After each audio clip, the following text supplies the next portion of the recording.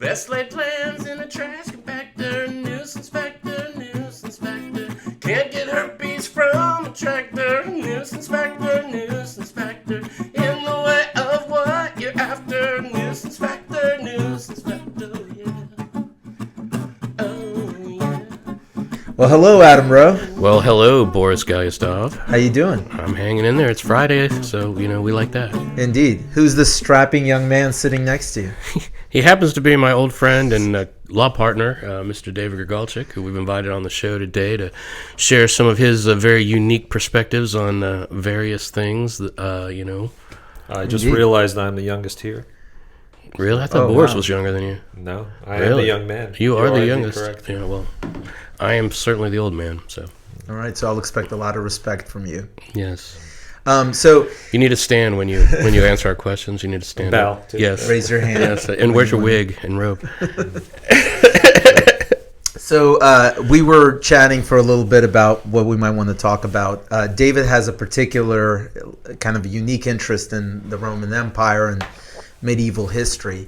And I feel like he might have a really interesting perspective on some of the things that we're dealing with in the world today, specifically with respect to prosecution of former leaders and things of that nature.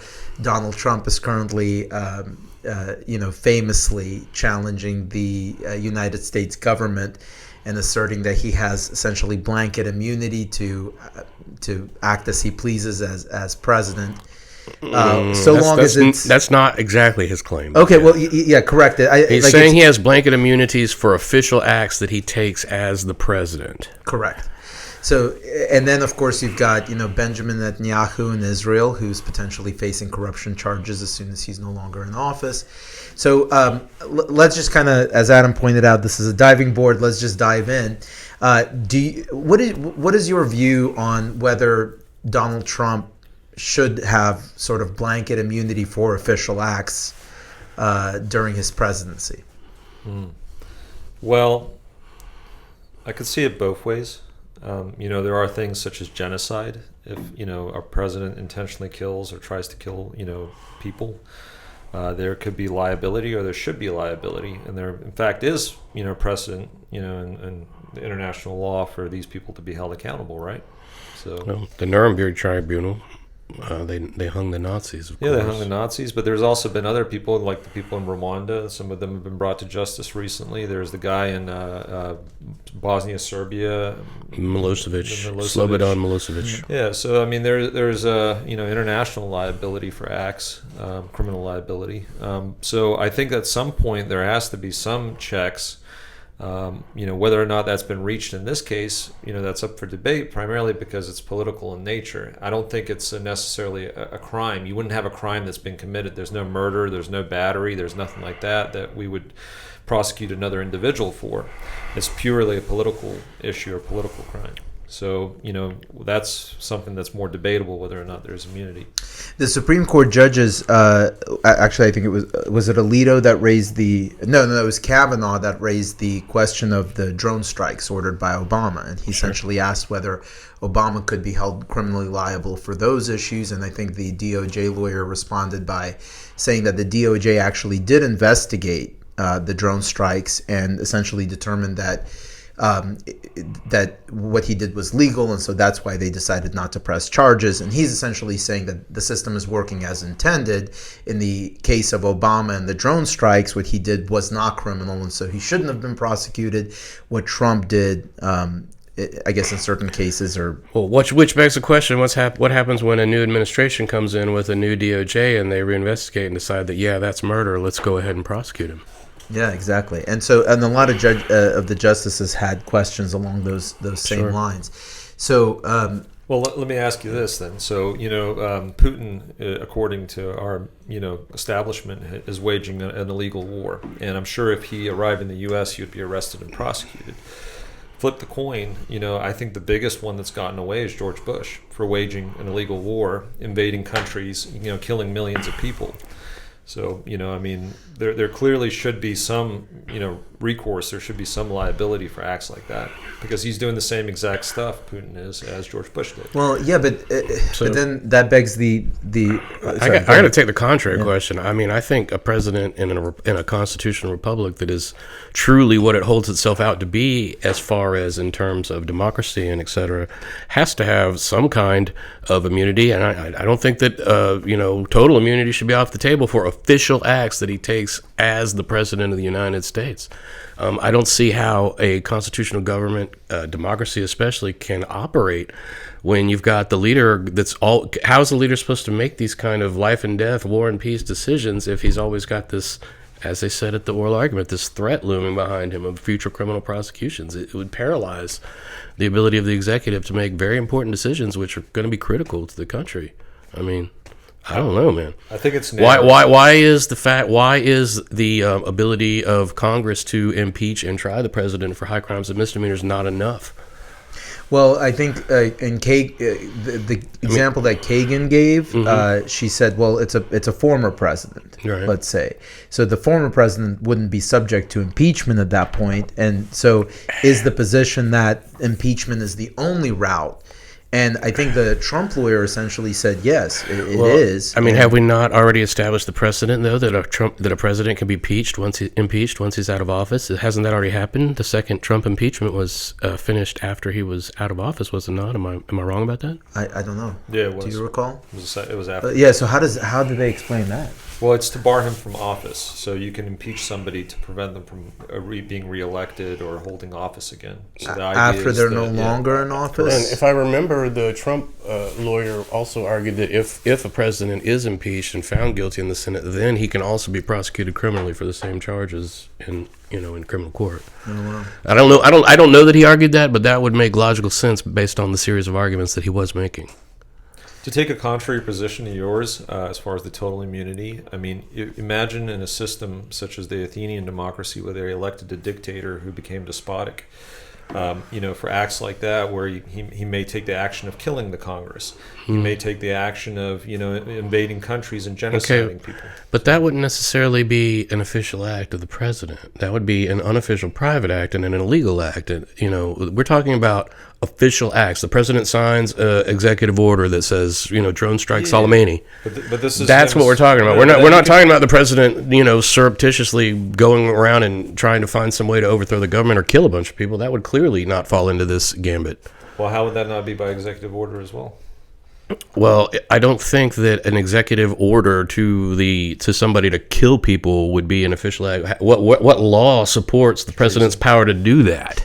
Well, didn't Obama kill an American and even citizen? Even if that did happen, many or several. But even if that did happen, wouldn't Congress immediately come together wouldn't they come together and impeach the president immediately? And so why is it a problem for him to have immunity if he can be criminally prosecuted once he's impeached? I mean, I got to believe if a president at some point in the future is found to have attempted to murder the entire Congress, that there would be very close to unanimous support for impeachment in the House and the Senate.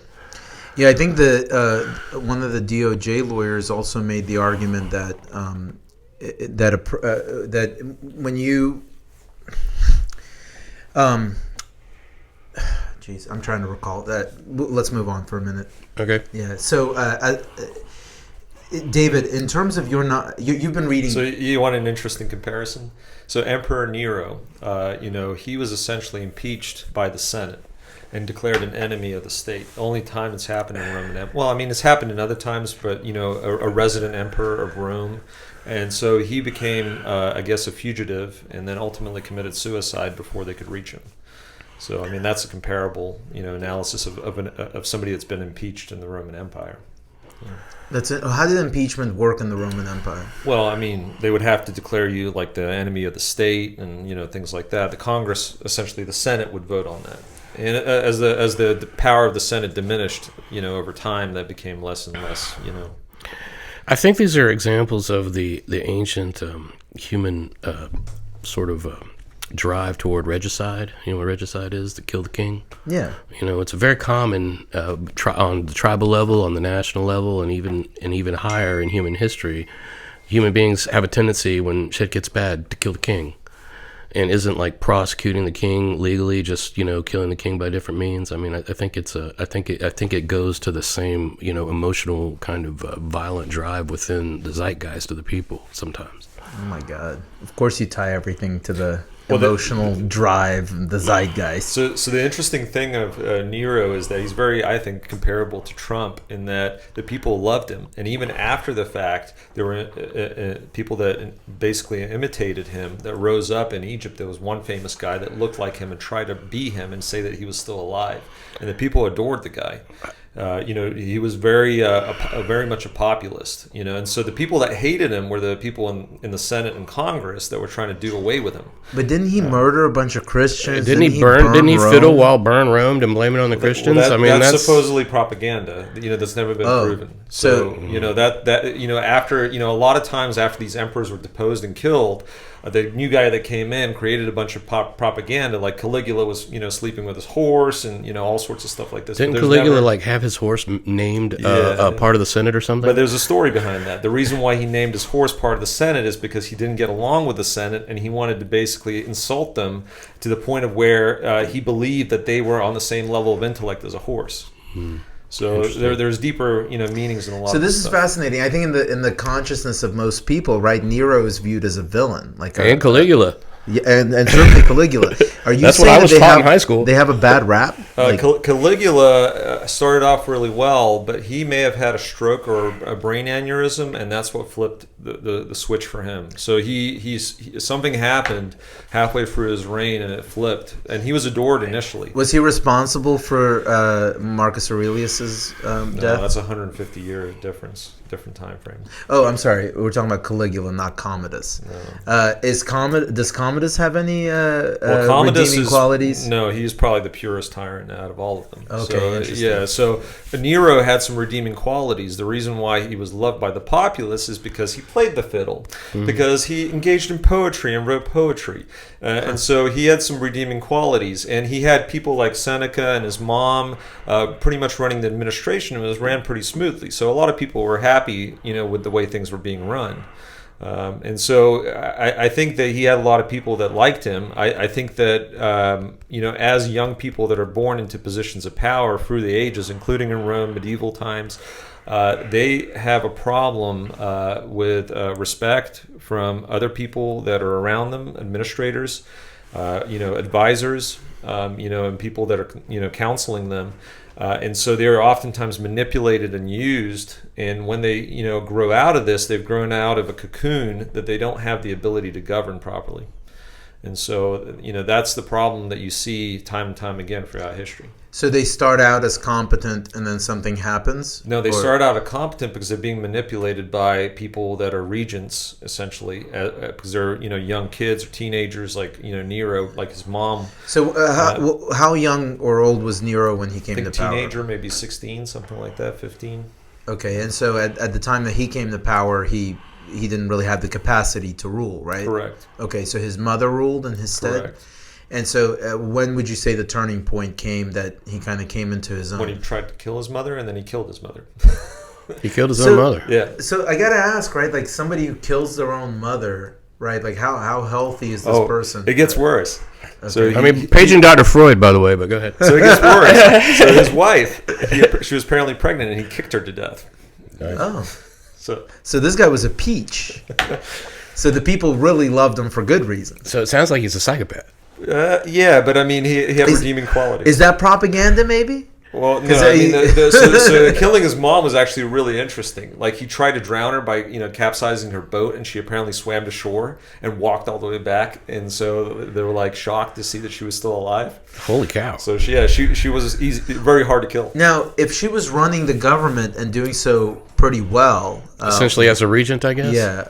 So the problem became, his biggest problem was, when after Rome burned down, he started to build this thing called the Domus Aurea, which was a massive, not temple, but palace with gold, statues of himself. Essentially, he took the land of where the people lived and he built this thing. At that point, you could probably pin it to where things started to turn. Oh, yeah, because he took other people's shit and was like... Yeah, okay. And so he took senators' lands and he bankrupted things. And when, his mom and Seneca said, no, that's not a good idea,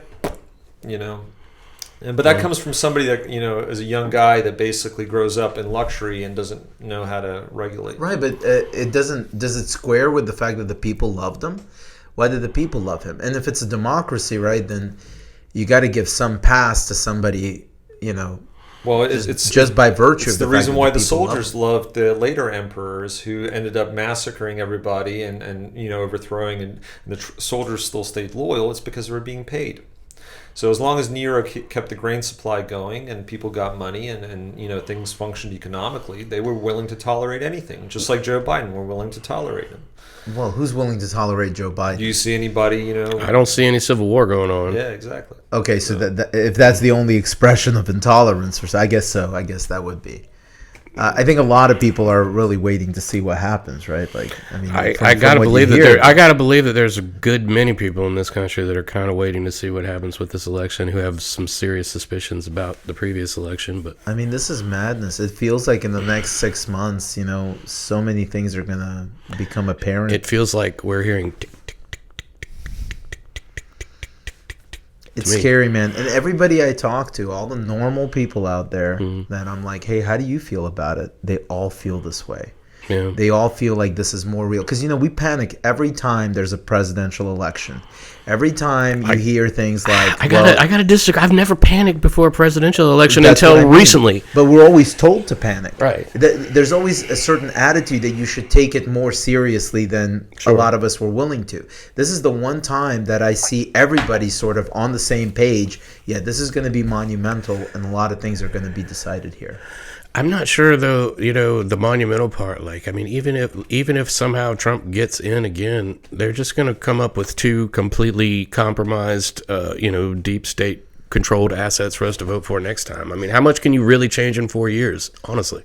Well, Biden put out this executive order where they're trying to make it to where Trump cannot fire any, employee of the federal government that's employed by the administrations, regulatory agencies. So at the end of the day, he will have no authority. These people will be vested for life, and so. But he can just revoke that executive order as soon as he isn't comes that into completely office. That's what Biden unconstitutional? did when Biden came in, was revoke all of Trump's executive orders. But, What do you mean supposedly? I mean, What's going to prevent it? Well, these workers will be able to sue now for equal protection or other, things, that their rights are being Based on violated. an executive order that was signed unilaterally by the president. I don't think that lawsuit's going anywhere. I But don't know if they'll be entered into contracts. I mean, that's a possibility. So.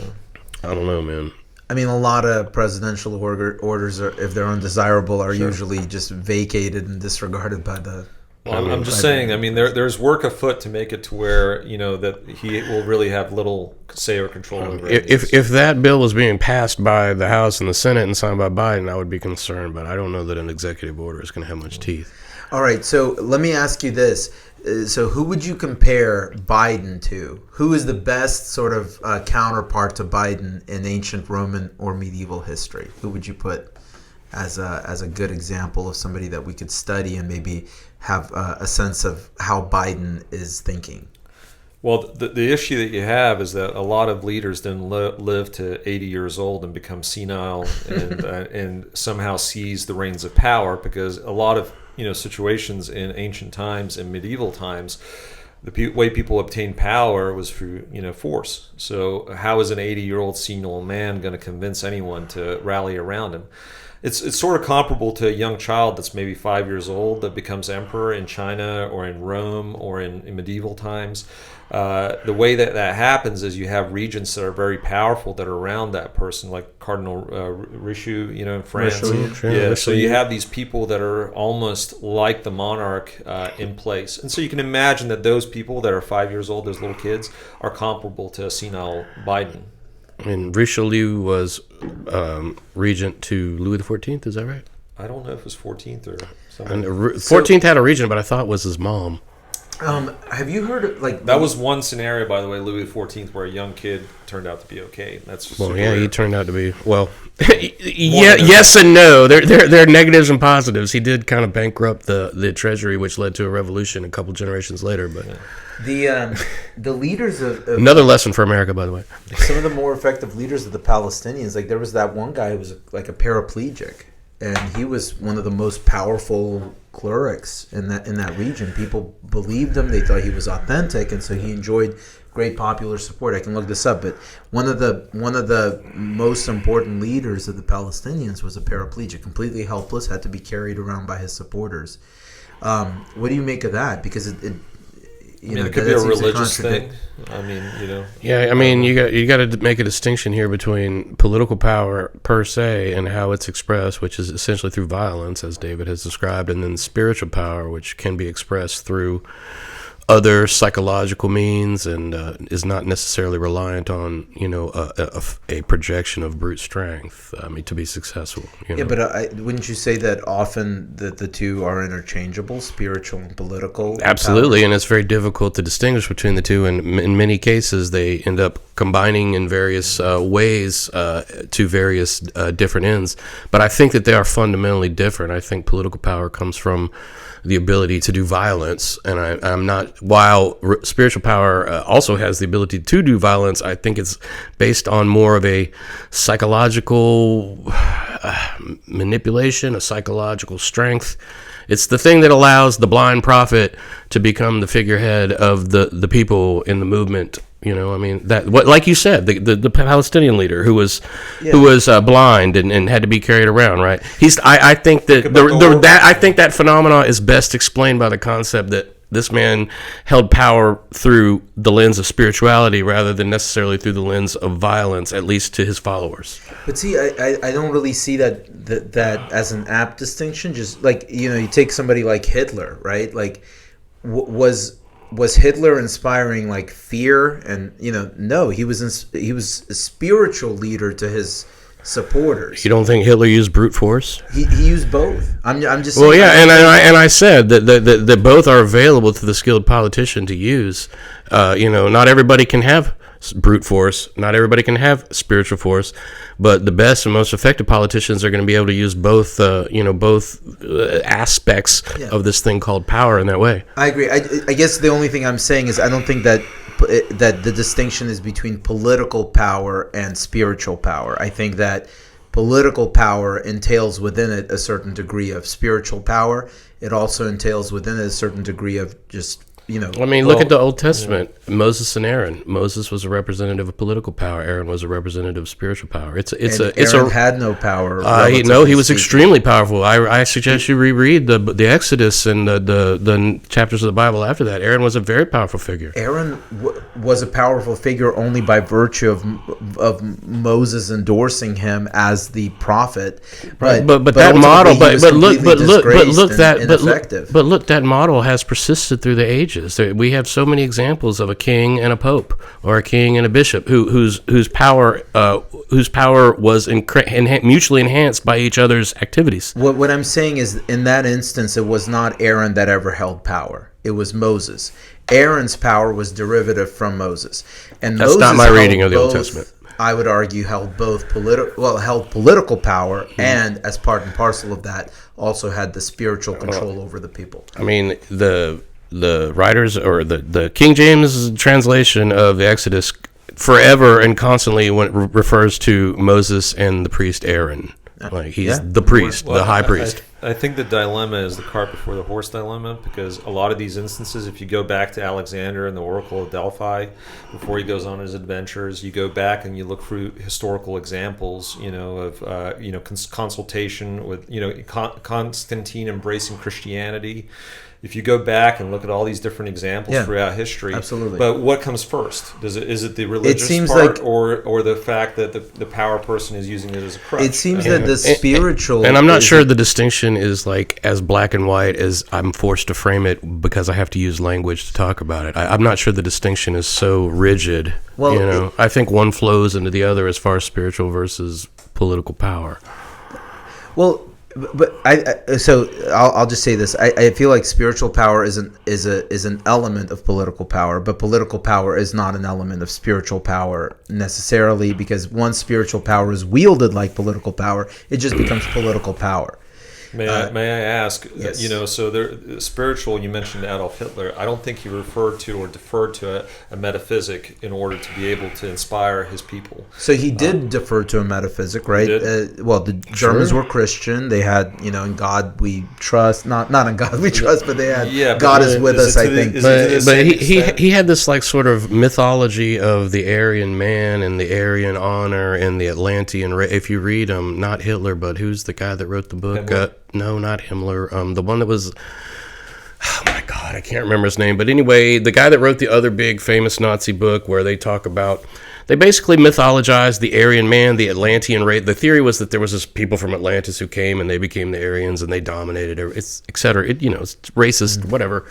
But yeah, I mean, Do we really have to declare that we but think Hitler was there really racist? is. There's a book called The Myth of the 20th Century, and I can't remember the name of the Nazi that wrote it, but I know he was executed at Nuremberg, and it is absolutely, the first part of the book is a sort of mythologizing of the Aryan warrior along the lines of Siegfried, along the lines of Wagner, along the lines of Norse mythology, with some Christian ideas also blended in.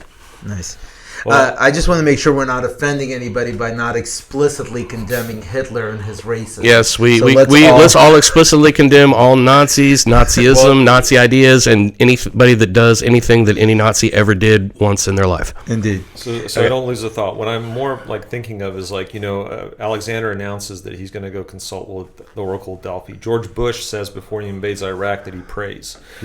So there's this consultation with a metaphysical entity before taking an action, and that illusion inspires the people that this guy is talking to a higher power that is going to be making the right decision. But some of the biggest spiritual leaders were atheists. Like Stalin was a spiritual leader, definitely spiritual to the Russian people, because for them atheism was a religion. As much as I'd say Marxism was his religion.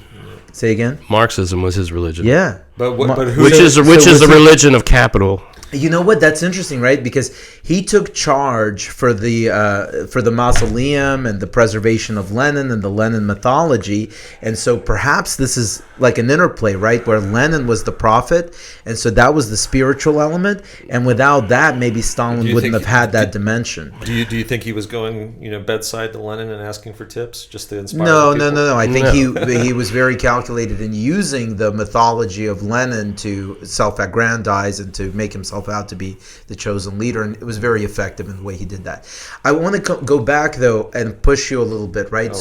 Who is a parallel to Joe Biden? If I understand that it wouldn't be necessarily as on point, right, because of his age, but I'm sure there are other people maybe that were younger that were equally incompetent. And is it controversial that the guy's incompetent? Well, I mean, it's not to me. But okay, I'm sure somebody thinks he's competent. Okay, so I apologize to anybody who thinks Joe Biden is even my friends on the left acknowledge that he's senile and got dementia. I think yes. My question is, who is the regent? Well, the regent. The easiest thing to say is that the regent is the cabinet, right? And Antony Blinken. Yeah, I don't know if I'm buying that. Okay. Who would you say is the regent? I think Obama's a pretty good guess. Hillary Clinton might be another. I think Barack Obama has the most gravitas amongst them in most sway. He certainly does. All right, so is there anybody that you would say at least has some parallels with the presidency? I mean, they were older people that were installed. Most of them ended up, having quick ends and deaths by the next guy who was younger, faster, and stronger that wanted to depose them. But there was one guy. So the guy that kicked off the dynasty that sort of made the Marcus Aurelius, line, Hadrian, Trajan, all those guys, was a guy named Nerva. And he came in after the previous tyrant Domitian was, offed by, bodyguards or whoever. So they selected this old guy, senator, and part of the condition of accepting him was that he would have to choose an heir that they liked, the military liked. And so that's how Trajan came about. So Trajan was not his son, but he selected him. That was common in the Roman emperors, right? I mean, they started Not to that point. No, it wasn't. Wait. Caesar Augustus was adopted by Julius Caesar, was he not? They were adopted, but the line of Caesar Augustus Tiberius, it was a familial line. Okay. Same with Vespasian was a familial line. Yeah. That changed from Nerva to Trajan to Hadrian. The people that they adopted and selected were based upon competence, nothing to do with family. Yeah, so because in this instance he was a nephew, right? In the instance of Augustus. Yeah, just kidding. I'm an alcoholic. I'm sorry. Remember, the first rule of Nuisance Packer Podcast is... That's correct. And David, realistically, the courtesy would have been for you to pour. Oh, I'm sorry. I didn't, since you are... He was pointing. I don't know if you wanted me to look at the camera or well, not, so it's kinda hard. this is a common mistake that people new to the Nuisance Factor make. But the number one rule, as Adam pointed out... Keep the booze flowing. Indeed. Yeah. So Nerva, but he made a rational choice. He made a decision. I don't know if Biden would be capable of making those rational choices or decisions because, other examples that came after of older people, like there's a guy named Pertinax, who everybody liked. He was old and jovial, and he ended up getting axed because he didn't want to bribe or pay the Praetorian Guard enough money. It honestly sounds like you're saying we are more fucked than the Romans at any point in their much longer history. I got a question for you, David. All right. Good one. So, I've read Gibbon and I've read Livy. I don't know like you do, obviously. But so Livy basically starts at the point in Roman history where the Praetorian Guard starts essentially assassinating emperors and putting new people in. Yeah. And they basically got that power and held it more or less for a couple hundred years, as far as I can recall. Is there anything in U.S. society now comparable to the Praetorian Guard as it functioned in that time in Roman history? Well, I mean, if we are to reference Joe Rogan's podcast with, what's his name? The Fox News guy's name escapes me. Tucker, yeah. I mean, if the agencies wield that kind of power where they can implant evidence and frame politicians, I mean, we have the FBI as one candidate. I mean, we have, the intelligence agencies operating for NSA and things agree like that. 100%. Sure. Yeah. I mean, what's comparable as far as these nefarious elements is that the propaganda machines are almost, on the same level of, the propaganda machines in Rome. You would think that they were, inferior in any way. No. Constantine, they monetized their money to make it a propaganda tool. Graffiti, the message that they sent out, using religion. Constantine adopted Christianity as a propaganda tool. So these people from the very get-go, the image that they tried to, sell is comparable to what these agencies are doing now as far as, competence and who they are and what the message is. Wow. So the Praetorian Guard definitely assassinated JFK then? In my opinion, yes, by the way. Well, I mean, I wish I would, I would love to have Conrad It's on funny. here, so. It's not controversial to say that. It's not. Like the Everybody Overton knows window is has wide completely enough shifted to, on that. So odds. I love asking Conrad this question. Is it more likely or not that JFK was assassinated than we landed on the moon? That's my What did he say? He says JFK assassinated. Yeah, for sure. So No, but what's more likely? for him, it's JFK. Oh, okay, the assassination. Yeah. That's funny. All right, so so that was great. But all right, let me ask you the same thing then. No great example that's a parallel to Biden, but is there a good example that's a parallel to Donald Trump? Yeah, I think Emperor Nero. Nero. Okay, so you're sticking with that. So, all right. Well, That's going to be a tough sell to Joe Normie out there, by the way, who but thinks Nero's evil. So there is another downside. We've all seen Quo Vadis, right? We've seen the Ustinovs. Do you remember that? Did you ever see that? I don't think so. Peter Ustinov played Nero. No, I don't. I've not seen God, it. Is it's good, dude. I haven't seen it.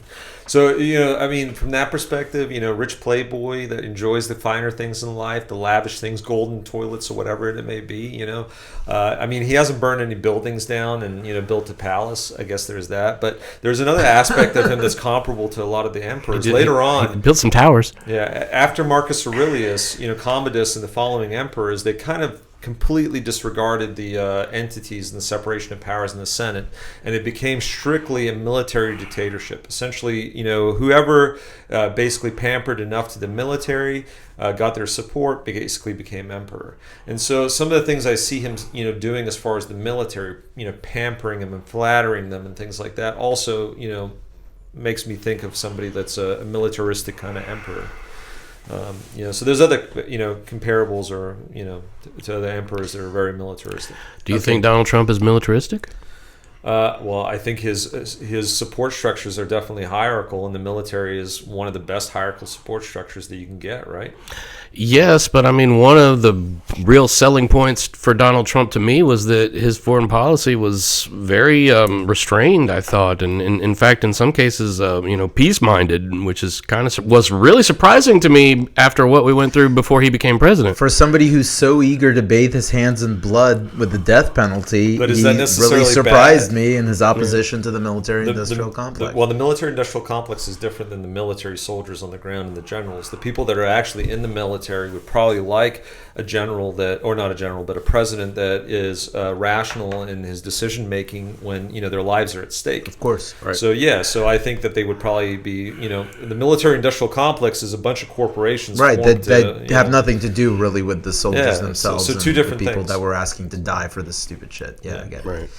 All right. So then, but again, man, Nero is not viewed positively. So what are the positive fruits of Nero's such that we can? Because I think I would say I see some positive fruits of the Trump presidency. Well, so I mean, on a long enough time, if Trump was given unilateral power without any checks or balances, is it more likely than not that he would end up like Nero?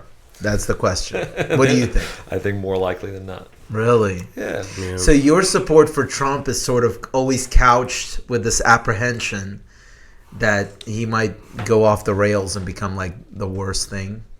Yeah, but I think, it's either that or, a 5-year-old or a senile president. I mean, given those options, you have, I think someone who's, reasonably competent enough to, counseled enough and checked enough to perform. And he's got a track record of performing. He's already done 4 years of performance. And, the facts and the data basically show that, the average common person for the first time beat out inflation and was able to increase his holdings and his personal wealth. And so even if Trump decided to build the Domus Aureus and murder the Senate, the average person would still probably love him because he's bettered their lot. Wouldn't that be the case if somebody was living under Nero and Nero did that for him? I don't know about the murdering the Senate part. I think that might be a tough sell. Yeah, even for DJT. He could set the state of Florida on fire, and the rest of America is still going to back him up. I'm saying the first 4 years, if his policies are such to where the average person, the low person, feels a betterment in their lot in life, you can see and understand why the lower levels of society would like somebody like Nero. Okay. So, but as a practical matter, what was the benefit to them? Was there an actual benefit that they realized, or was it just an impression? It's somebody that is living in Russia and lived through the 1990s of Russia. It's the same feeling that they probably have to Vladimir Putin at this point. How so? In that, their lot in life has been, basically bettered 1,000%. Their pay, they're able to buy TVs, cars, food. Sure. They're not starving. They don't have a lack of medical care like they had in the 90s. Right. And yet this guy goes ahead and invades a country, kills a bunch of their cousins in Ukraine. Maybe we'll let him slide because our lot in life is better. And I think has a lot to do with it. I think there's a parallel to that in Chairman Mao in China. I mean, despite his very, atrocious human rights track record throughout the course of his career, the people of China were so much better off with him opening up the United States to trade and during the Nixon administration and with what that led to, that he's still widely, I think, even I don't know this because you can't really get a real opinion poll out of China because of the Communist Party and the way it operates, but I think that the Chinese mind recognizes a huge benefit that Mao brought despite of his excesses and madness. Yeah, I mean, but the thing is, man, like my struggle is whenever we say that somebody who killed millions of people like Mao, or let them die, I don't know, has as a result yielded some positive fruits, right? It's a problem. I understand that objectively it could be true. You don't understand yin and yang? Good and evil can't exist without each other. How would you know what love is if you didn't know what hate was?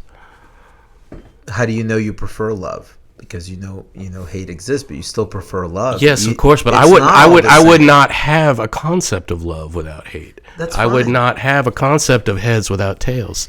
Concepts. You cannot have good without evil, man. You wouldn't know what good was if there wasn't evil. But that doesn't make There would be evil no word good. for it. It doesn't make No, evil I'm good. not. It doesn't I'm make- not saying it does. I'm saying that Can't understand love without evil and hate. what I'm saying is that progress and destruction, progress in one direction and destruction in another theater are the reality of politics, and that's inescapable. No matter what politician you look at, I don't care if it's FDR.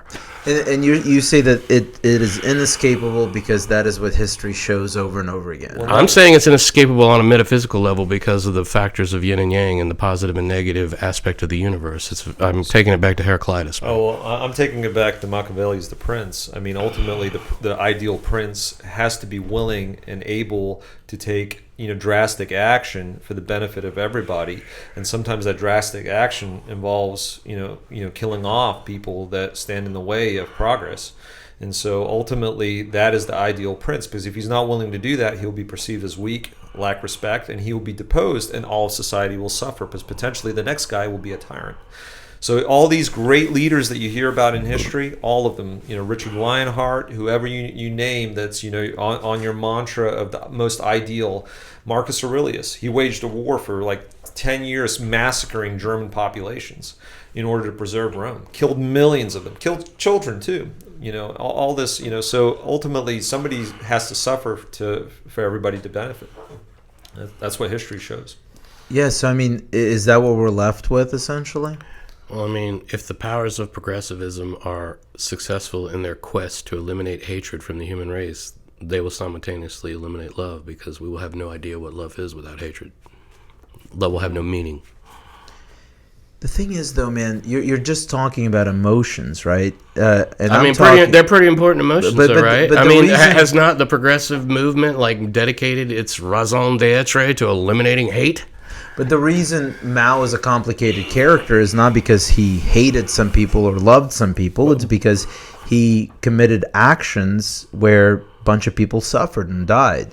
And also a bunch of people were raised far above where they could ever possibly have hoped to be raised as a result of his policies. And it's a paradox, and that's all there is to it. It's a mystery. Well, it's and I think it's a metaphysic. Well, I agree with you that it's a mystery. I wouldn't go so far as to say it's a paradox, because to me it's very How's clear. it not a paradox? Because it's very clear how things could have been done better. Well, Boris, I mean, that's 2020 retrospect, but here's the issue. Yeah, of course So it is. when It's you're weighing these hindsight. things, there's not a clear yes or no. There's better or worse.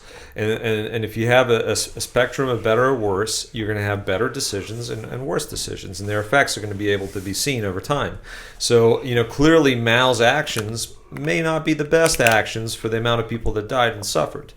But if you have a situation where for instance Caesar Augustus decides to kill Cicero and rob a few people to create 200 years of tranquility and peace, relatively speaking, that's not so bad, relatively speaking. Mao killed like 50 million people, versus one person. And he enjoys. Well, he actually had policies that led to the starvation of like 50 million people. Well, you know what I'm saying. But And Technics. he enjoys immunity, not just politically. He enjoys immunity historically. The Chinese people have given him a pass. He's a great leader. Pretty hated in the West, still. Wow. right now, by the way, in 50 years that may change. Right, but is that good? Is that what we want? Is that right? It does. It's what is. What is doesn't care about what's good and right. We make the decision about right and wrong after what is happens. By the way, That's your theory, right? Your version is all reason occurs after the fact. Yeah, pretty much. Well, but just to tie it back in, by the way, what it is now is that he's a metaphysic that Xi Jinping can appeal to in order to have a spiritual and No doubt. value to his decision making. I agree. He's been deified just like the Roman emperors. Yeah, but in 50 years, if Xi Jinping screws it up enough or whatever, that may fundamentally change. Mao may be a bad guy. It's enough to make you hate world history. Like, it's enough, at least for me, it's enough to make me just feel horrible about it. Well, Boris, so this is the thing. You're looking for somebody that is wholly good and wholly, the epitome of what man should be. But we're all human and we're all shitty. Yeah, well, chalk it up to my Christian upbringing and the belief that, it's just somebody like Christ exists out there. Exists out there, yeah. But Christ couldn't exist without Lucifer, man. Even God was unable to make it so. Christ could not exist in that there would be no need for Christ's sacrifice. Correct. But there would be no need for Christ's sacrifice without Lucifer. That's a good point. And Christ would not be Christ without the sacrifice. Absolutely. God. All right, boys. So we're at about 41 minutes. I want. I don't know, man, David. I want you to say some more things and maybe tie them into Trump. Maybe give us some additional insights so we can wrap this up. So we can observe Trump. I mean, in a better light or a worse light.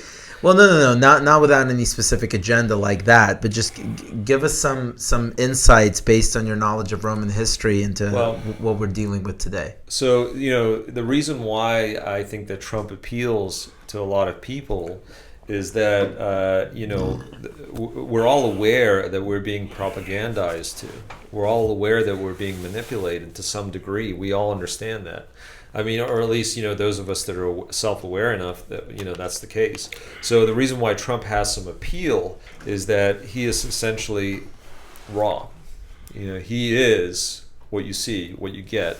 There's no propaganda. Yeah, because he strikes you as real, and you and you feel like he's more reliable in that way because at least you get what you see. You get So it's like instead of buying a car that you may not know what's under the engine, you know what that car is. You know exactly how far it's going to take you and everything that it's going to do, and that itself has an appeal where everything else is kabuki. Indeed, Adam, any thoughts on that? I mean, I don't agree that Trump comes off as this super authentic guy. He comes off to me as like a kind of used car salesman kind of guy. Exactly, that's where you're going to go. But I think he appeals to people because of he communicates the way guys on the street communicate, which is aggressively, abruptly, sometimes obnoxiously, profanely. Yeah, but that's I think his appeal to like the working Joe guy. But the used car salesman, we understand that. Yeah, exactly. We appreciate that. I would say like used car salesman. Both of us knew exactly what you meant. You can't trust Trump, but you can trust Trump to be Trump. Yeah, you can trust him to be a used car salesman. Yeah. Indeed. All right, gentlemen. Well, to be continued. Indeed. I am the Cypher Divine. Indeed. David, you want to say anything to sign off? Before we cut short, I would like to do what I proposed to do, which is essentially let's each of us have a prophecy. What do you think is going to happen by 2030? Do you have some interesting insights, Boris? Oof. All right, prophecy time. Alex Jones time. In honor of the oracle of Alex Jones. I mean, as of right now, man, I remain optimistic. I hope that by 2030, America, has validated itself as the leader of the world, and that democracy as a concept is still important to people, and it's still viewed as an ideal that we need to live up to. But that's hope. I can't. Do I believe that that's what's going to happen by 2030? I think I'll have a more solid view in 6 months. So you think the Republic will still be here by 2030? I hope. I very much hope. Okay. I think there will definitely have been a third world war. I don't know if it will be nuclear or not, but I think it'll be probably finishing up around 2030, and we'll be trying to figure out how we dig our way out of the hell that we've buried ourselves in. Jesus, Cypher Divine. God damn it. In the way of the 1984 doublethink, I think the Jaguars may win the Super Bowl by 2030. Oh, okay, that's your prediction. Yeah. I'd say more like 30-30. Wow. All right. So we went from ludicrous, i.e., the Republic is going to survive, to more reasonable, i.e., World War III, and we don't know if the Republic survives, to completely absurd, the Jaguars are going to win the Super Bowl. Yeah, that's metaphysics right there. Magical. All right. All right, everybody. Well, to be continued. Peace out.